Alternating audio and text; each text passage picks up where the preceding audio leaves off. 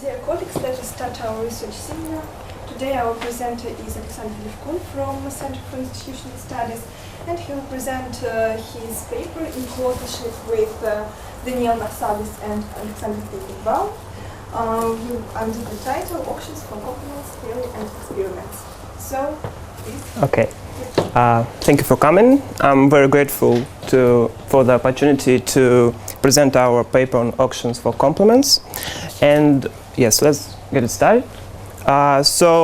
In its current state, the theory of auctions for single objects and substitutes is well developed. And however, until recently, there were no theoretical results for the behavior in auctions where some bidders exhibit complementarities across units. And yes, many auction design problems involve selling items that some bidders view as complements. So let me give you some examples. First is wind rights. This wind farm sites forms kind of grid, and actually bidders want to bundle them, for example, for easier maintenance or something like that. And this is one of the examples when bidders exhibit complementarities across these wind farm places. And other example is takeoff and landing slots. Actually, avia companies want to actually bundle some slots for the effective usage. For example, they want to set up some facilities or minimize the distance between airport and landing slots. So maybe they want to bid on some items that they view as complements. And the third example is for the spectrum. This purple region is unpaired spectrum. Yes, this is the line of frequencies of spectrum. And this purple region in the center is unpaired spectrum, and blue regions are paired spectrum. So if one wants effectively use the spectrum, he or she should buy one spectrum from this region and one spectrum from this region. And this is an example of pure complementarities with this kind of Leontief's utility functions. Okay? So in all these examples, non-homogeneous valuations for complements can create inefficiency and low revenues for the seller. By the efficiency, I mean selling to the bidder who values items most. And yes, low revenues are embarrassing for policymakers. Our motivation is that studying auction design using experiments is informative. We want to know whether there is evidence of external validity or not, or we want to understand to what extent theory applies. Okay, and I want to give you some theoretical background. Actually, this is a classic thing that there is a trade-off between revenue and efficiency in auctions. And in a single item setting, this Meyerson auction with extracting all surpluses from bidders is revenue maximizing, and Vickrey auction is efficient. And yes, there is a classic result, revenue equivalence theorem, which states that under certain conditions, most standard auctions bring the same revenue. And for multi-object case with substitutes, these standard auctions are optimal whenever they are unit demands. And Vickrey auction is efficient, monotonic, and has all good properties of the auction. But it's no longer the case with complements, because there Vickrey auction is still efficient, but has really bad has really bad properties. It's prone to collusion, shilling, non-monotonic. It has low revenues. It is unstable, and so on. And in this sense, as Klemperer has said, auction design really matters. We see a trend now in spectrum auctions where simultaneous multi-round auctions are displaced by combinatorial auctions. These combinatorial auctions provide an opportunity for bidders to explicitly bid on packages, which is not possible in this CMRA. Okay, so any questions? No? Okay. Yes, and our contribution is that we consider 4 multi-object auctions. 2 classic ones, which are first price and Vickrey, and 2 course selecting auctions. I will give you some information about this later. These 2 course selecting auctions are Vickrey-nearest rule and reference rule. Okay, we also test theoretical prediction of the Bayesian Nash equilibrium in this setting and of level K models. And we find that experimental evidence strongly rejects both theories. And we also look at the effect of providing information about other bidders' values. And actually, it's surprisingly that there is no effect. And we study also what expectation bidders form about other bidders' bids. Okay, so yeah, people have worked on this, and we have some theoretical results in auctions with complements. We also have a recent literature on course selecting auctions, which provides us with examples of payment rules that are in some sense, that reduce the opportunities for strategic bidding, and we have an extensive literature on auction experiments. Okay, so let me skip to our model. Yes, there are 2 items auctioned, and these are X and Y, and this gives us 3 possible non-empty packages: X, Y, and XY, and there are 3 bidders, 1, 2, or 3. The global bidder, which is bidder 3, wants both items and bids on the package XY only, because he doesn't want X and Y only. He gets no value from getting 1 item only. And in our setting, the value for package XY is uniformly distributed from 0 to 200. Good? Okay. And 2 local bidders, which are bidders 1 and 2, they want individual components. Yes, local bidder 1 wants X, and local bidder 2 wants Y. And we present information here. Gamma is information, actually. With probability gamma, values are the same, actually, and they are perfectly correlated, and V1 equals V2 and equals V, which is uniformly distributed from 0 to 100. And with probability 1 minus gamma, values are independent.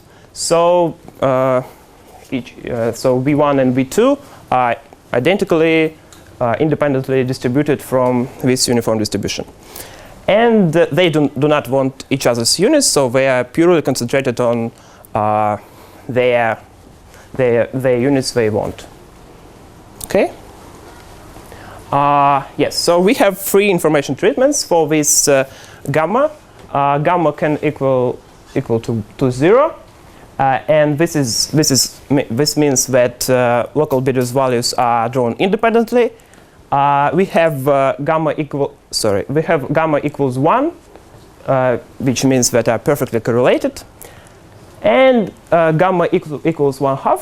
So with probability 1/2 they are independent, and with probability 1/2 they are the same. So gamma is a common information, but they do not know the realization of this of this variable. Okay, any questions so far? Good. So how winner determination proceeds? Actually, bidders submit bids B1, B2, and B3 for their desired packages. And local bidders win if their bids sum up to more than B3. And the global bidder win otherwise. So this is, it's important that this local guys want to, they need to cooperate, and they need to compete with global guy. So this is a mixture of competition and cooperation games. Okay, and we have 4 payment rules, which I have already mentioned. First is first price, so they are simply, so winners pay simply their bids. Vickrey, this is just Vickrey-Clark graphs mechanism, so winners pay the externality imposed on other bidders. So for core selecting auctions, let me define minimum revenue core. This is the revenue if all winning bids were removed from the auction. And the following 2 payment rules, which we have used, are minimum revenue core selecting. These are Vickrey-nearest rule. So winner pay the prices, to minimize the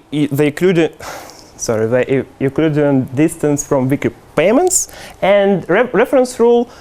So the auctioneer fix relative price ex ante. So he just simply said that the the ratio of px to py equals some alpha. So actually, this reference rule is outcome and strategically equivalent to some proxy rule in case of alpha equals 1, and we have this alpha equals 1. So yes, so these are four payment rules we consider. And okay, losers pay 0, and there is free disposal. Okay, so just let me remind you that yes, with two items, x and y, and the valuations of local bidders are drawn from uniform distribution. It depends on gamma whether they are drawn independently or they are drawn with perfect correlation. And global bidders wants these 2 items in package, and valuation is drawn from uniform from 0 to 200 to make it comparable. Okay. So let me give you some quantitative illustrative example. This is the figure. On the x-axis is payments and bids of the first bidder, and the y-axis is bidders and payments of the second bidder. And suppose that bidder 1 bids 48, this one. Bidder 2 submit a bid equal to 56, and global bidder guy is submitting a bid equals to 60. So yes, so winners clearly are local bidders because B1 plus B2 is higher than B3. The intersection of these lines is higher than this line. Okay, so local bidders are clearly winners. And now we should define what the payments are of these bidders. Okay, first price, simply local bidders pay what they bid. Now Vickrey auction, and we can actually plot this. Vickrey auction is the externality imposed on other bidders by, because the bidder participates. So we can see that in this case, Vickrey payments are actually really low. And moreover, they are out of the core. What's core is actually the set of outcomes in which there are no blocking coalition. In this case, the seller can can agree with the global bidder and realize together surplus of 60. However, in Vickrey auction, the total surplus is 12 plus 4, so it's lower. So there are incentives for sellers and global bidders to cooperate, and in this sense, there is a blocking coalition. Okay, and yes, and now we can get where the core is. This is actually this triangle, and this side of triangle is the minimum revenue core, because if we delete all the winning bids, the revenue will be 60. So there, and now we can easily understand what the payments are in core selecting auctions. In VNR, Vickrey-nearest rule, it is just it's just a projection of Vickrey on minimum revenue core. We get this point, so we can easily understand what the payments are. And the second case is reference rule. So in case of alpha equals 1, the seller just tells us that the P1 divided by P2 equals 1. So just from first price we put there. Okay. Good. Okay. So let me go to the experimental design we used. Actually, all experiments were conducted at Nuffield College Center for Experimental Social Sciences more than 1 year ago. Subject with a strong science, they're just smart. And about 160 subjects were chosen, almost all students at Oxford. And some statistics about that. And sessions lasted about 2 to 3 hours on average. And yes, so subjects were read the instruction. The experimental then went through some examples. So then they passed the test, and n, which is divisible by 3, subjects were allowed to stay. And yes, most subjects passed the test, and others were paid the show-up fee. Yes. Yes. So once the subject passed the test, they stayed for the remainder of an experiment. They played 20 rounds and 60 total. Yes, per treatment. And in each round, subjects submit three numbers, and it's important. 3 numbers are actually her bid and her expectation about other bids. So if I am a local guy, so I should submit my bid, I should submit my expectation about the other local's bid and my expectation about the global's bid. Okay? And we have used random anonymous matching, so to minimize learning effects. And yes, and we had actually significantly high payments, average about 40 pounds. Yes, and so far. Okay. And we have, yes, so we have understood that it's really hard to concentrate during these 2 or 3 hours of an experiment. So subjects were provided with some chocolate and pastilles and water to, to summarize. We should say that our subjects were highly motivated. They were satisfied, and they actually were smart. Okay, and we have some methodology which is for auction outcomes. Some tests for testing behavior in auction. Okay, I think I should skip this. So let me now tell you about our results. On the auction level, yes, we have actually, Osobel and Baranov actually have got their equilibrium strategies. So they have got the Bayesian Nash equilibrium, and therefore, we have revenue and efficiency ranking, which is provided by Bayesian Nash equilibrium.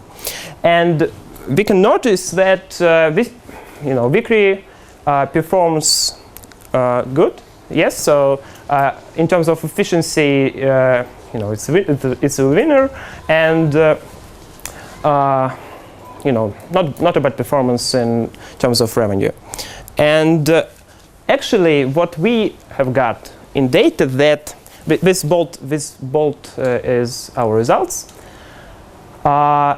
We have got that first price actually dominates all other auctions in terms both of revenue and efficiency. So it's really non-standard that first price is good in terms of both revenue and efficiency. Yes, so Vickrey graphs performs very badly, low revenue and low efficiency. And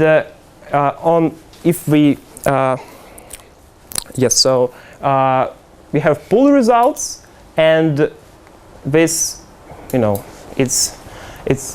can be seen that revenue and efficiency are higher, which are higher compared to every other auction, and it's actually a robust result that in all information treatments, in all cases of gamma, first price has the highest revenue and the highest efficiency, and Vickrey graphs fails.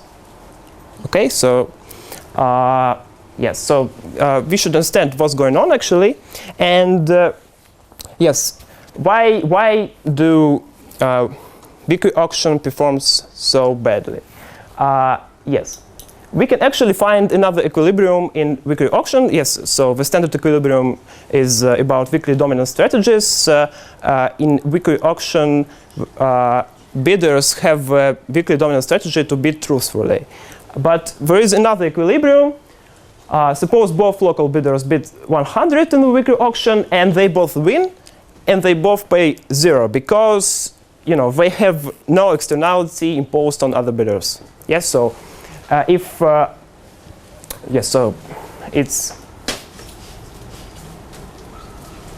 think it's clear, right? So, and despite that anonymous random matching was used, bidders actually attempt to collude. So that's a collusion, and there is a clear indication that players try to coordinate on another equilibrium. However, they fail sometimes. So we have so this B minus V is how they overbid compared to their value. And in Vickrey auction, significant proportion, we propose for proportion series for surplus. And the significant proportion of bidders in Vickrey auction overbid compared to its value. So it's not about Vickrey dominant strategy in this case. And however, collusion does not always work because there is a not high surplus in this case. Okay. Yes. So let me skip to expectations in bidding. From this equilibrium strategy, we have actually hypotheses about bidding depending on information. The general result is that for local guys, there should be some effect of information on bids. However, there is absolutely no effect on bidding of either local or global bidders or global bidders. They just simply ignore this, this possible knowledge about other bidders' values. And we actually have also a classic result repeated, which is overbidding actually. Both global and local bidders overbid for every gamma and for any auction relative to Bayesian Nash equilibrium. Okay. And although there is no effect of gamma on bidding, there is a substantial effect of gamma on expectations. So, they have an effect on expectation, but they can't.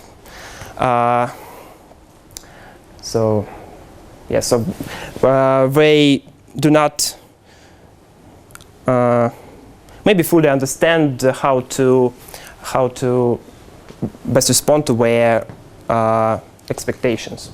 So yes, these are pictures of the distribution of expectations in across auctions and across possible gammas. Yes, so there, yes, so we see that actually there is a substantial effect of information, because yes, so high peak in every auction with gamma equals 0, and yes, some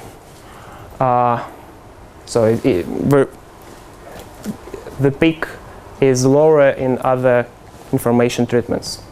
And there is another interesting effect that is maybe surprising in some sense, that in first price we have non-standard two-peaked distribution.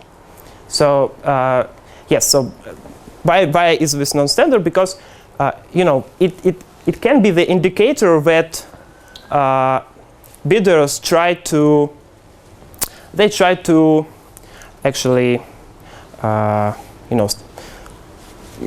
think strategically, because this can be an indicator that some bidders expect that average bid will be 50, but these guys try to get some level higher because they,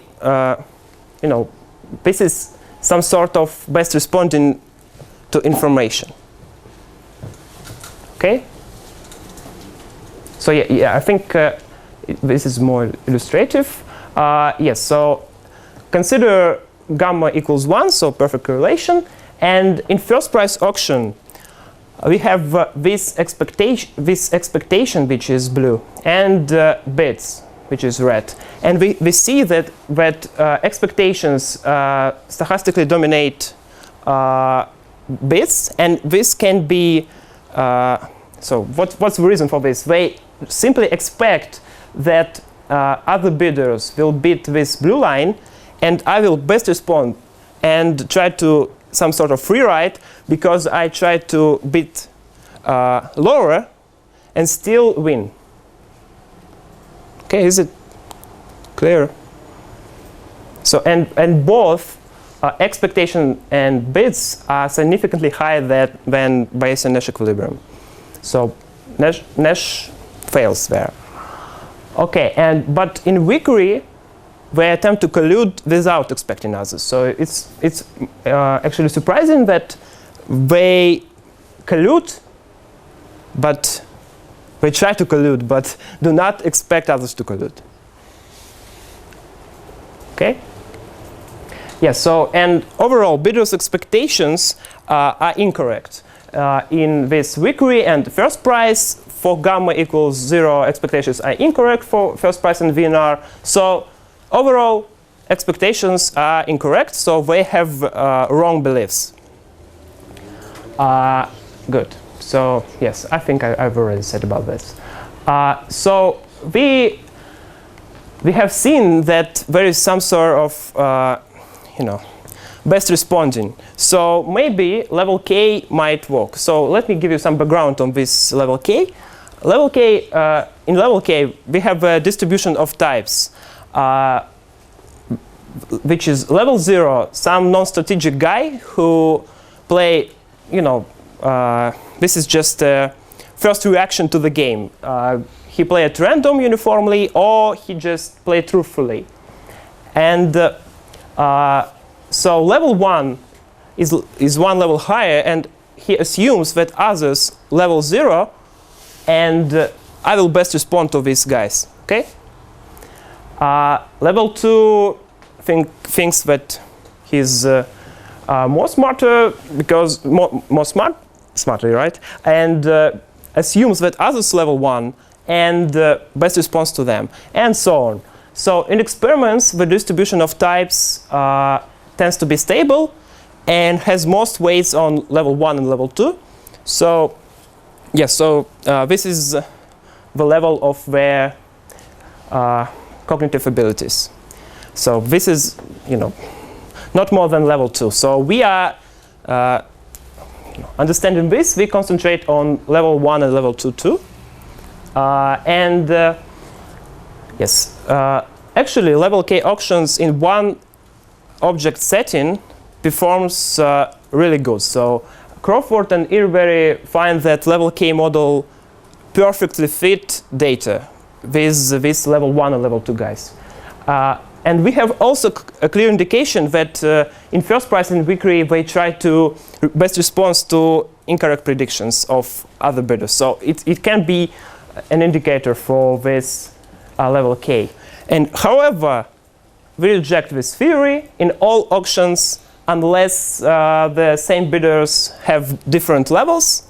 But in this case, the theory is non-falsifiable because we can, we can just put some bidders to some attach some levels to some bidders, and there is also solution. There is always solution. So level K. So this can be a criticism for level K, which is different from L0 criticism. So Hargreaves Heap argue that this level 0 guy is actually non-existent, but our critics is different. Okay. So in first prize, level 1 locals underbid and level 1 globals underbid, and otherwise for level 2.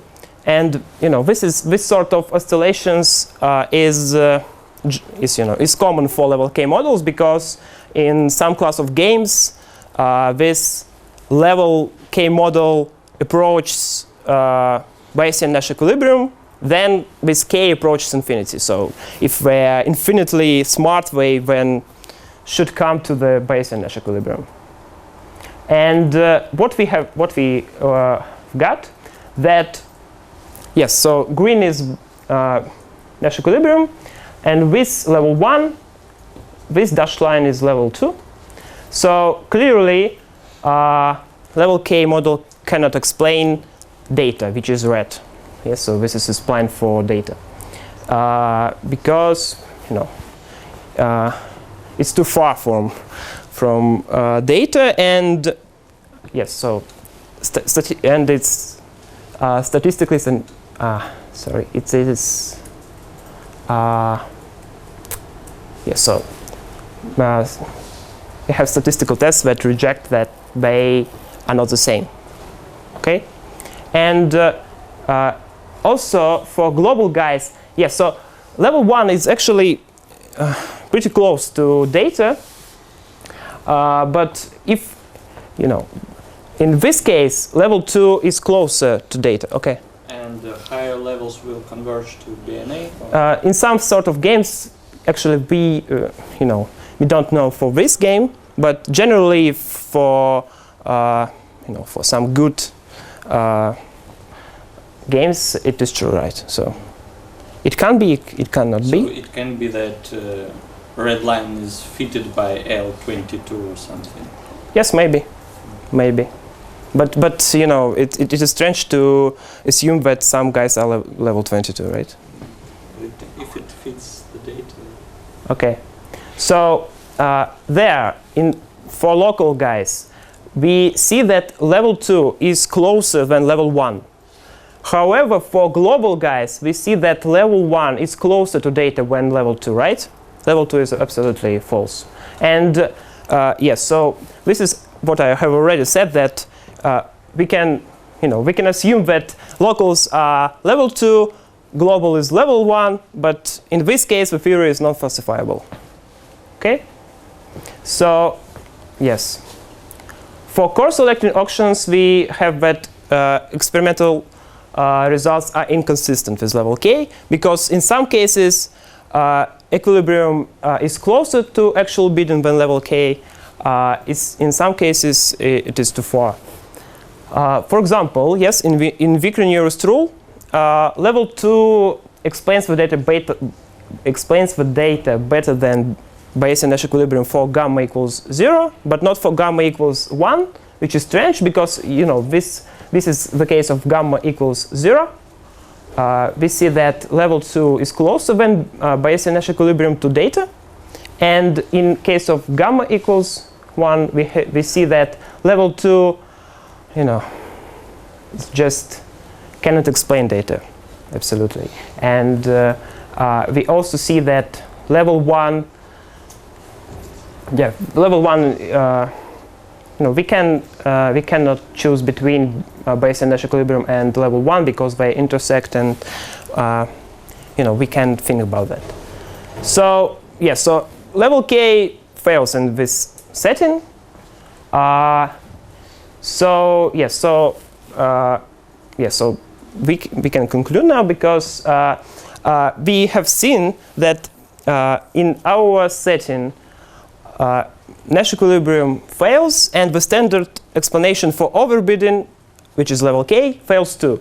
So we can conclude that good auction design needs theory, needs experiments and intuition for that, and it should be pretty simple. So we are working now to explain our findings using a simple model of risk aversion, which is a constant relative risk aversion model. There bidders have the same,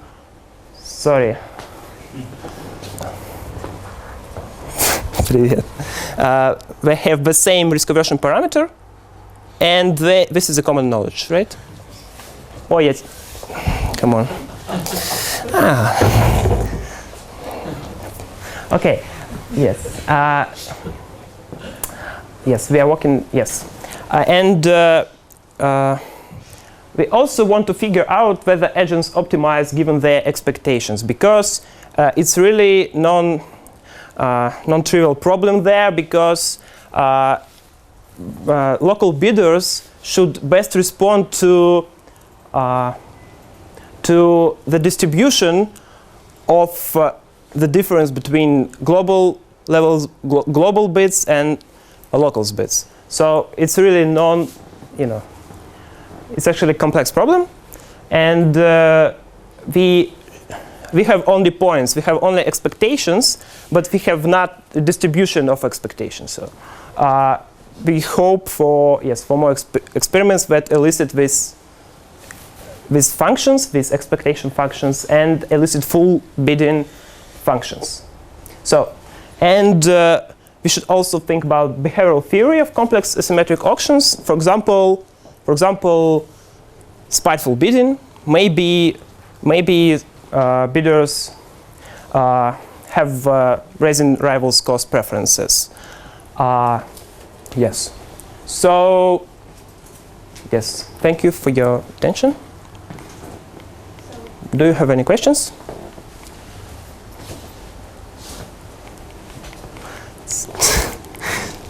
Too quietly.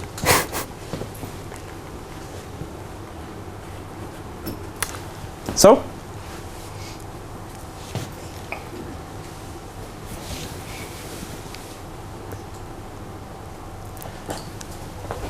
In a second, I will connect Alex. Oh no.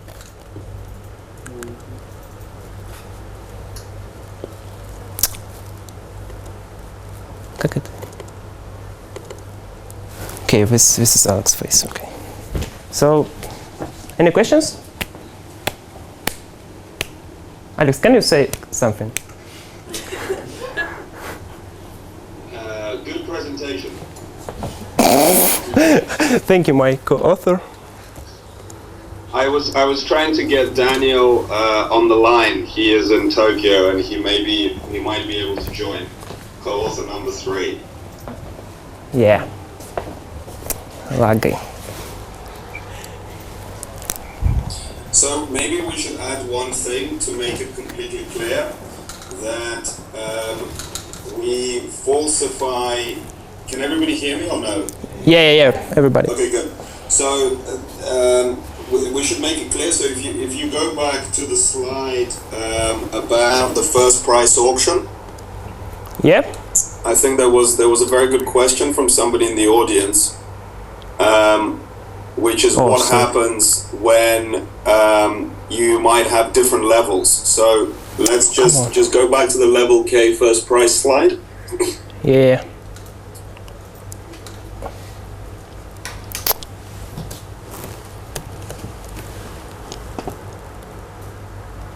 Come on.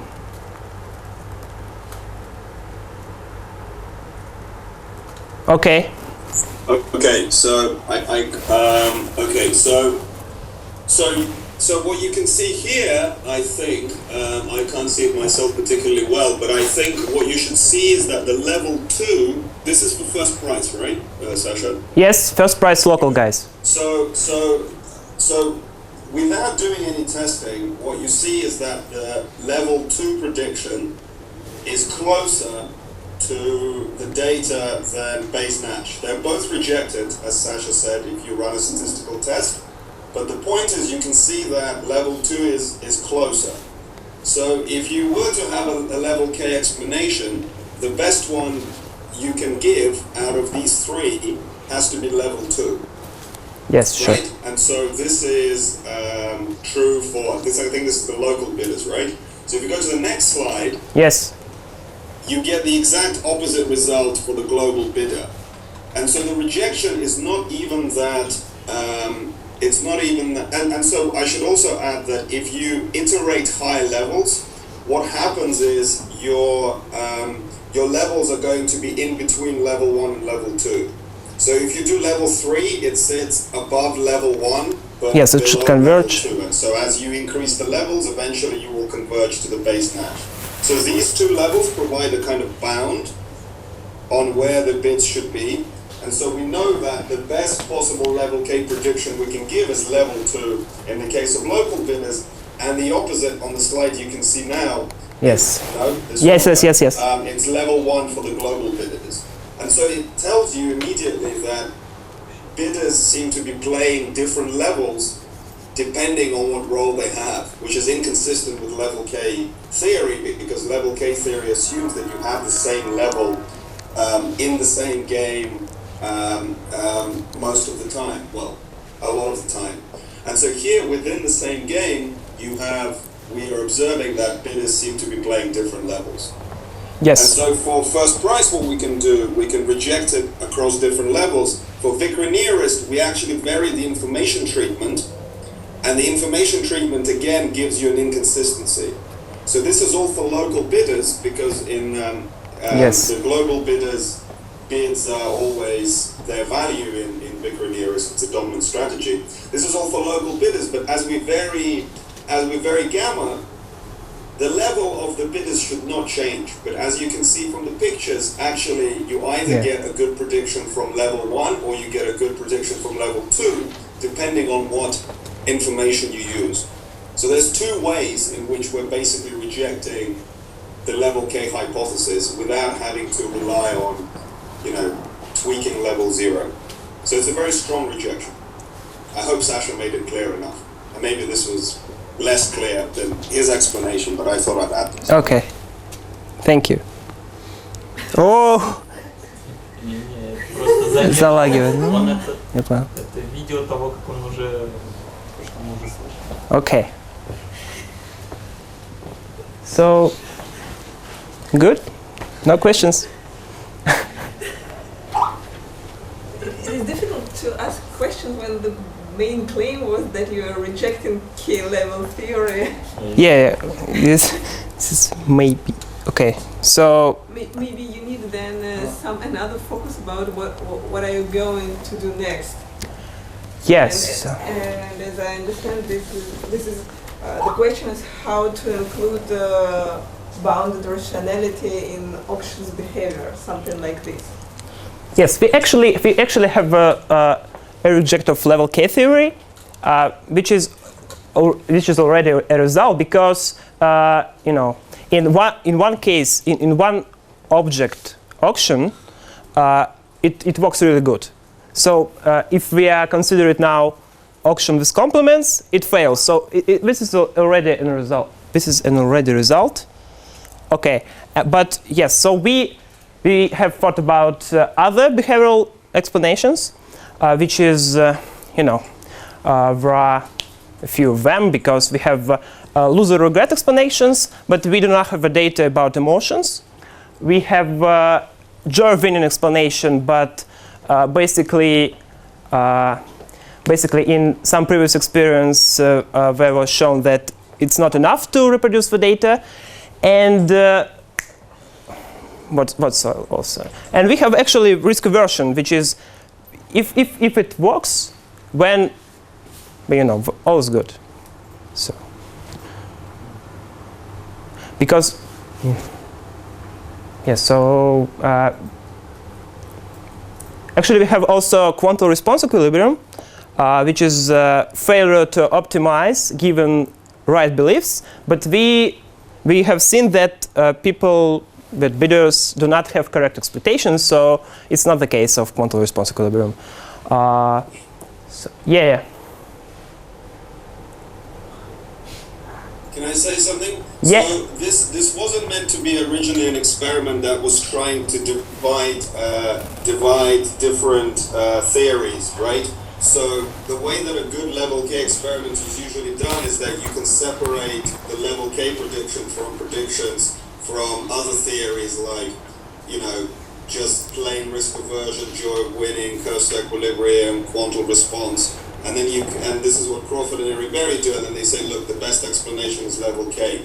Here, the motivation was to see what the expectations of the bidders are, which is what's never been done really before, is to really understand how bidders form expectations, and also to understand what happens on the auction level. So we didn't design the experiment in order to actually understand what the correct behavioral theory is. And as Sasha said, that if we manage to show that we can explain this with, say, risk aversion for a reasonable risk parameter, then we might argue that actually it's a good enough explanation in a complex auction like this. But in a way, there is little point in trying to solve every behavioral theory in this case, because we have no way of really separating between them. All we know is that they overbid by some reasonable amount. Okay. Others? That's it. That's it. Okay.